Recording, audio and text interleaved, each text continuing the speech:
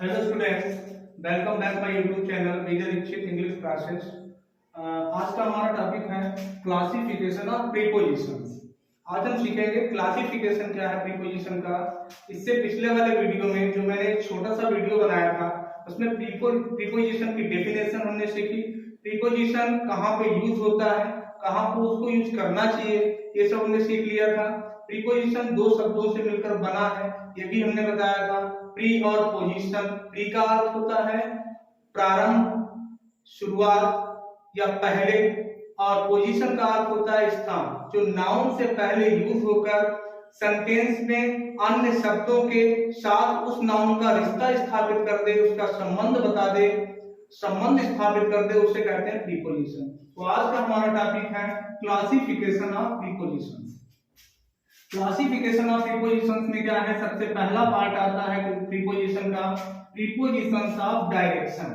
हम देखते हैं prepositions of direction. Classification of prepositions में सबसे पहला पार्ट जो है प्रीपोजिशन का वो है प्रीपोजिशंस ऑफ डायरेक्शन। यानी ये प्रीपोजिशन डायरेक्शन की बात करता है, दिशा की बात करता है।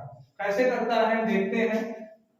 प्रीपोजिशंस ऑफ डायरेक्शन में ये प्रीपोजिशन शामिल होते हैं, जैसे ये टू हो गया, टुवार्ड्स हो गया, फार हो गया, अलोंग हो गया, अगेंस्ट हो गया, अप और इनटू।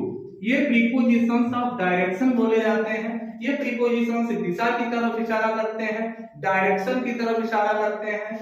हम देखते हैं ये किस टाइप से प्रीपोजिशंस ऑफ डायरेक्शन वर्क करते हैं एक सेंटेंस में। तो पहला डायरेक्शन प्रीपोजिशन है टू। ये लक्ष्य की बात करता है, अपने डेस्टिनेशन की बात करता है, टारगेट की बात करता है, एम गोल की बात करता है। ये प्रीपोजिशन ऑफ डायरेक्शन है और लक्ष्य की बात करता है। कैसे? He is going to the station, वह स्टेशन जा रहा है। तो ये टू जो है लक्ष्य की तरफ इशारा कर रहा है, यानी उसका लक्ष्य कहाँ है? स्टेशन है, वह स्टेशन जा रहा है। हम बात करें कि वह पूरनपुर जा रहा है, वह शाहजहांपुर जा रहा है, वह दिल्ली जा रहा है, वह मुंबई जा रहा है। तो इन सबका एक लक्ष्य है, डेस्टिनेशन है इनका जाने का लक्ष्य। जैसे किसी का मुंबई हो गया, किसी का शाहजहांपुर हो गया। तो लक्ष्य जब निर्धारित किया जाता है तो हम टू लगाते हैं। तो लक्ष्य निर्धारित करने के लिए किसका यूज करते हैं? टू का। ये प्रीपोजिशन का वर्क करता है। और हमने पहले ही बताया प्रीपोजिशन एक नाउन से पहले यूज होकर उस नाउन का संबंध किसी नाउन या प्रोनाउन से स्थापित कर दे, वही प्रीपोजिशन होता है। तो यहाँ पे टू एक प्रीपोजिशन है। और कौन सा प्रीपोजिशन है? ये लक्ष्य बता रहा है, तो कौन सा प्रीपोजिशन हो गया? ये प्रीपोजिशन ऑफ डायरेक्शन में आता है। दूसरा प्रीपोजिशन क्या है डायरेक्शन का? टुवार्ड्स। टुवार्ड्स का मतलब होता है की तरफ। इसमें लक्ष्य निर्धारित नहीं होता, इसमें केवल जैसे कोई भी व्यक्ति उसकी तरफ जा रहा है, लक्ष्य निर्धारित नहीं है, वो बीच में ही लौट आए, लक्ष्य कोई निर्धारित नहीं होता, की तरफ जाना। तो यहाँ पे क्या है? टुवार्ड्स, की ओर। ये भी दिशा की तरफ संकेत कर रहा है, डायरेक्शन की तरफ, लेकिन की ओर किसी दिशा की तरफ जाना। जैसे ही is going towards the station. ये देखो पहले था एक लक्ष्य निर्धारित था, और लक्ष्य निर्धारित करने के लिए किसका यूज करते हैं? टू का। लेकिन टुवार्ड्स का यूज कहाँ पे होता है? की ओर जाने के लिए। ये भी डायरेक्शन की पोजीशन के अंतर्गत आता है, किसी दिशा की तरफ जाने के लिए बात करता है, लेकिन लक्ष्य नहीं है। तो वहां पे हम किसका यूज करते हैं? टुवार्ड्स का। ये भी प्रीपोजिशन कहाँ पे यूज हुआ है? नाउन से जस्ट पहले, और इस नाउन का संबंध प्रोनाउन से स्थापित कर रहा है। तो टुवार्ड्स भी एक प्रीपोजिशन है, लेकिन की ओर जाने के लिए। जैसे वह गेट की तरफ जा रहा है, तो he is going towards the gate, यानी किसी की तरफ जाने के लिए, किसी एक पर्टिकुलर दिशा की तरफ जाने के लिए, डायरेक्शन की तरफ जाने के लिए इसका यूज किया जाता है टुवार्ड्स का। बात करते हैं नेक्स्ट डायरेक्शन ऑफ प्रीपोजिशन की। तो क्या है? फॉर। तो फॉर किसकी तरफ इशारा करता है? लक्ष्य की तरफ। फॉर भी लक्ष्य की तरफ इशारा करता है, टू भी लक्ष्य की तरफ इशारा कर रहा था। लेकिन फॉर को हम कैसे यूज करते हैं किसी भी सेंटेंस में? देखते हैं। He is leaving for Delhi tonight. He is leaving for Delhi tonight. वह रात में दिल्ली के लिए रवाना हो रहा है। तो दिल्ली उसको एक लक्ष्य मिल गया दिल्ली जाने का, यानी दिल्ली उसके लिए क्या है? लक्ष्य है, एक डेस्टिनेशन है उसका दिल्ली। तो यहाँ पर भी ये लक्ष्य की बात कर रहा है। तो ये फॉर में कौन सा प्रीपोजिशन हो जाता है आपका? डायरेक्शन प्रीपोजिशन है, लक्ष्य की तरफ इशारा ये भी कर रहा है, ये भी नाउन से पहले यूज हुआ है। और किसका संबंध, इस लक्ष्य का संबंध किससे है, ही से है। लक्ष्य उसका दिल्ली है और दिल्ली लक्ष्य से संबंध ही से जोड़ने का काम फॉर कर रहा है। और फॉर कौन सा प्रीपोजिशन है, डायरेक्शन, यानी वो उसका डायरेक्शन यानी एक दिशा है, लक्ष्य की तरफ इशारा कर रहा है, किसी एक पर्टिकुलर दिशा की तरफ जाकर वो लक्ष्य की प्राप्ति करेगा। तो ये भी फॉर क्या होता है, प्रीपोजिशन ऑफ डायरेक्शन। अब बात करते हैं अलोंग की। अलोंग भी एक प्रीपोजिशन ऑफ डायरेक्शन है। इसका अर्थ होता है, मीनिंग होता है के साथ, के किनारे किनारे। तो के साथ या के किनारे किनारे किस हिसाब से हम इसे सेंटेंस में यूज करते हैं, जैसे ही walks along the road, on the road use नहीं होगा, ऑन द रोड यहाँ पे यूज नहीं होगा, ही वॉक्स अलोंग द रोड, ये यहाँ पर किनारे किनारे की बात कर रहा है। अलोंग द रोड, रोड के अलोंग में, रोड के किनारे, वॉक्स में टहलता है, यानी वह रोड के किनारे टहलता है। तो यहाँ पर द रोड के जस्ट पहले, द रोड एक नाउन है, उसके जस्ट पहले एक प्रीपोजिशन आया है, क्योंकि ये जो प्रीपोजिशन है वो इस रोड का संबंध ही से स्थापित कर रहा है। तो ये प्रीपोजिशन है। और प्रीपोजिशन कौन सा है, ये एक डायरेक्शन की बात कर रहा है। आप रोड के किनारे चलते हैं, किसी एक डायरेक्शन में चलते चले जाते हैं, किसी एक दिशा की तरफ चलते चले जाते हैं, तो ये डायरेक्शन है। और अलोंग प्रीपोजिशन ऑफ डायरेक्शन हुआ। अब ये अगेंस्ट, अगेंस्ट क्या है, ये प्रीपोजिशन बात करता है के विरुद्ध के लिए, किसके लिए, के विरुद्ध के लिए, और ये भी डायरेक्शन ही है। One must not go against the law of the country, किसी को भी लॉ मीन्स कानून के अगेंस्ट नहीं जाना चाहिए, निश्चित ही नहीं जाना चाहिए, अपने देश के कानून के विरुद्ध निश्चित ही जाना नहीं चाहिए, अवश्य नहीं जाना चाहिए। तो यहाँ पर एक डायरेक्शन की बात कर रहा है ये सेंटेंस कि कानून के विरुद्ध, देश के कानून के विरुद्ध नहीं जाना चाहिए, उसके डायरेक्शन में चलना चाहिए, उसी दिशा की तरफ चलना चाहिए, दिशा से हमें भटकना नहीं चाहिए। जो भी दिशा, जो भी कानून बनाए गए हैं देश के, उस कानून की दिशा की तरफ हमें चलना चाहिए। और अगेंस्ट क्या हुआ, ये डायरेक्शन प्रीपोजिशन कहा जाता है, क्योंकि ये प्रीपोजिशन कैसे है, द लॉ मतलब जिससे पहले ए एंड द लग जाए वो नाउन होता है। ए एंड द जिस वर्ड से पहले यूज होता है वो नाउन होता है, और नाउन से पहले आप एडजेक्टिव भी देख सकते हैं, लेकिन एडजेक्टिव का काम होता है, हमने पिछले वीडियो में बताया था, जिस नाउन से पहले एडजेक्टिव यूज होगा उसकी विशेषता बताएगा। लेकिन ये तो संबंध स्थापित कर रहा है, इस लॉ का संबंध किसी अन्य पार्ट से, अन्य भाग से, सेंटेंस के किसी अन्य भाग से स्थापित होना, तो ये क्या कहलाता है, प्रीपोजिशन। अगला क्या है, अब मीन्स होता है ऊपर, और ऊपर ये भी एक प्रीपोजिशन ऑफ डायरेक्शन है, क्योंकि ऊपर की तरफ एक डायरेक्शन यानी दिशा की तरफ जाना बात करते हैं। इसे यूज कैसे करेंगे सेंटेंस में, he climbed up the tree, he climbed up the tree, he means climb means चढ़ा, up means ऊपर, the tree means पेड़ पर चढ़ा। तो पेड़ पर किसी डायरेक्शन में चढ़ा है, और डायरेक्शन ये पेड़ इस टाइप का बना हुआ है, इस टाइप का पेड़ बना हुआ है, तो इसी डायरेक्शन में वो ऊपर पेड़ की तरफ चलेगा। और बात समझ में आ रही है, इसी डायरेक्शन में ऊपर पेड़ की तरफ चढ़ेगा, कोई दूसरा डायरेक्शन नहीं पकड़ लेगा। तो एक डायरेक्शन, एक दिशा की तरफ, ऊपर की तरफ एकदम से चढ़ना क्या कहलाता है, ये प्रीपोजिशन ऑफ डायरेक्शन। ये भी अब प्रीपोजिशन ऑफ डायरेक्शन में आता है। इनटू, इनटू भी प्रीपोजिशन ऑफ डायरेक्शन है। इनटू मींस होता है में, यानी a dog fail into the well, यानी एक कुएं में एक कुत्ता गिर गया, सीधे डायरेक्शन में गिरा है, एक दिशा में गिरा है। किसी को गिरते देखा है इस हिसाब से, ऐसे ऐसे गिरते देखा है किसी को, नहीं गिरता है। सीधे अगर छत से कोई व्यक्ति गिरता है तो किसी डायरेक्शन में गिरता है, सीधा गिरता है, तो उसको वहां पर क्या यूज होता है, इनटू। और इनटू गतिशील अवस्था के लिए, मोशन के लिए यूज होता है, मोशन के लिए इनटू का प्रयोग होता है। तो हम किसी गति के लिए जब भी यूज करेंगे तो किसका यूज करेंगे, इनटू का प्रयोग। जैसे सांप कमरे में जा रहा है तो यहाँ पर इनटू लगाएंगे, तो ये भी प्रीपोजिशन ऑफ डायरेक्शन है। अगला प्रीपोजिशन है हमारा preposition of place and position.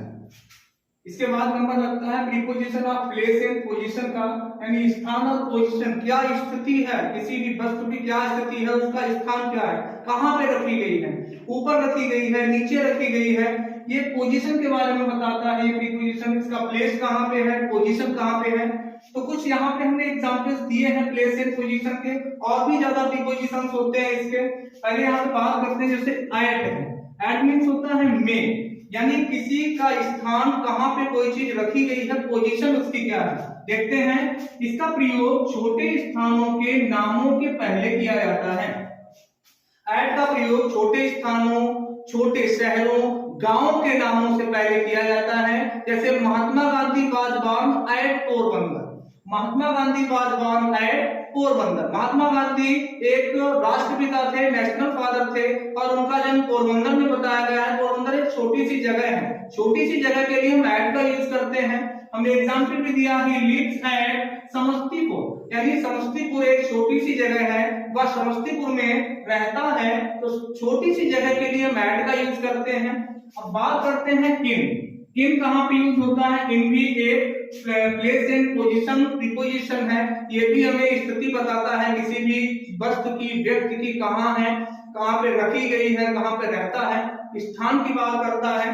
देखते हैं, बड़े शहरों, बड़े स्थानों के नामों के पहले साफ साफ लिखा गया है, बड़े शहरों, बड़े स्थानों के नामों के पहले, यानी जो बड़े शहर। अब इसकी बात करते हैं थोड़ा डिटेल में। बड़े शहरों, बड़े स्थानों, या फिर किसी बड़े स्थान के छोटे से भाग के लिए, छोटे से पार्ट के लिए हम किसका यूज करते हैं? इन का यूज करते हैं। छोटा सा एक एग्जाम्पल है, वी लिव इन इंडिया। यहाँ पे जो इन लगा हुआ है वो इंडिया एक बड़ा स्थान है, बड़ा देश है, कंट्री है, उसके लिए हमने इनका यूज किया। छोटा सा स्थान होता तो एट का यूज करते। बड़े स्थान के छोटे से भाग के लिए भी हम किसका यूज करते हैं? एट का यूज करते हैं। बड़े स्थान के लिए इनका यूज करते हैं। जैसे एक सेंटेंस है, my friend lives in Delhi. अब इसको ऐसे करते हैं, my friend lives in Delhi at Chandni Chowk. My friend lives in Delhi at Chandni Chowk. मेरा मित्र दिल्ली में रहता है। कहाँ रहता है? चांदनी चौक में रहता है। चांदनी चौक दिल्ली की एक छोटी सी जगह है, उसके लिए हमने एट का यूज किया। और दिल्ली एक बड़ी जगह है, तो उसके लिए हम इन का यूज करेंगे। तो इन बड़े स्थानों, बड़े शहरों या बड़े कोई देश के लिए किया जाता है एट का यूज। छोटे स्थान, छोटे शहर या किसी बड़े स्थान के छोटे से भाग के लिए हम एट का यूज करते हैं। उसके बाद क्या करते हैं? ऑन। अब ऑन क्या होता है? पर इसका प्रयोग स्थान के लिए होता है। किसी भी वस्तु का स्थान कहाँ पे रखी गई है, क्या है, हम पहले ही बता चुके हैं। तो स्थान, इस प्रीपोजिशन का नाम ही है प्लेस या पोजीशन। तो ऑन का प्रयोग स्थान के रूप में कैसे करते हैं? The books are on the table. किताबें मेज पर हैं। तो मेज पर है, स्थिर है, हम ऑन लगाएंगे। इसी टाइप से अपॉन होता है, हमने यहाँ पे लिखा नहीं है।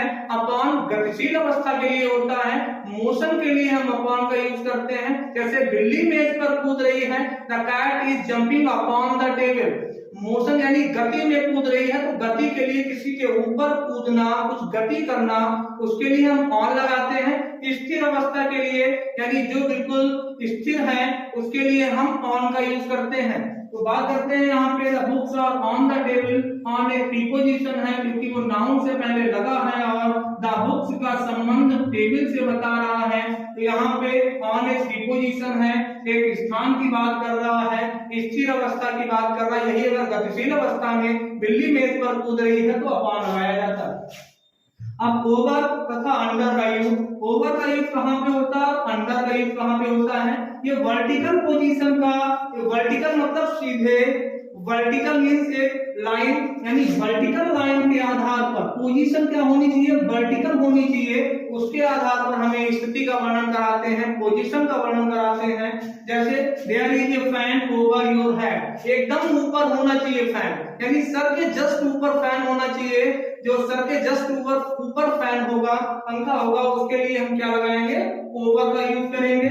और अंडर, अंडर भी वर्टिकल लाइन, यानी कोई मेज है और मेज के नीचे वर्टिकल लाइन में सीधे बिल्ली बैठी हुई है, तो उसके लिए हम क्या करेंगे? अंडर, यानी सीधे डायरेक्शन बता रहा है। यहाँ पे क्या बता रहा है? पोजीशन, सॉरी पोजीशन बता रहा है। यहाँ पर भी पोजीशन बता रहा था। बिल्ली की पोजीशन क्या है, पंखे की पोजीशन क्या है? तो एक कैट, एक cat is sitting under the table. Cat लिखा हुआ है, cat is sitting under the table, यानी बिल्ली मेज के नीचे बैठी हुई है, तो यहाँ पे क्या आएगा अंडर, और ये अंडर भी तुम्हारा पोजीशन बता रहा है, बिल्ली की पोजीशन क्या है, और ये पंखे की पोजीशन क्या है, फैन की, वो भी बता रहा था, तो ये पोजीशन की बात कर रहा है। बात करते हैं एमंग और बिटवीन की।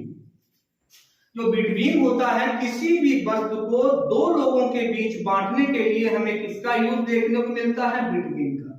ज्यादा लोगों के बीच किसी चीज को बांटने के लिए हमें एमंग का यूज देखने को मिलता है। जैसे मिठाइयां हैं, और मिठाइयां मैंने सोहन और मोहन के बीच बांट दी, हम बिटवीन लगाएंगे, और मिठाइयां सोहन, मोहन और गीता के बीच बांट दी, तो एमंग का यूज करेंगे। तीन ही नहीं, ज्यादा भी अगर हो जाते हैं तो एमंग लगाया जाता है। जैसे distribute these fruits between Sita and Gita, अगर यही सेंटेंस बोले distribute these fruits among Sita, Gita and Anita, या फिर ज्यादा लोग हैं उनके बीच बांटने के लिए हम एमंग का यूज करते हैं। तो बिटवीन का यूज इन्हीं दो के लिए किया जाता है, बांटने के लिए। एमंग का यूज जो है वो ज्यादा के लिए किया जाता है। तो हमें यहाँ पर समझ में आ गया कि position of place and preposition of place and position क्या है। इसके बाद हम बात करते हैं प्रीपोजिशन ऑफ टाइम, जो हमारा प्रीपोजिशन लास्ट प्रीपोजिशन है, उसके बारे में बात कर लेते हैं कि प्रीपोजिशन ऑफ टाइम क्या है।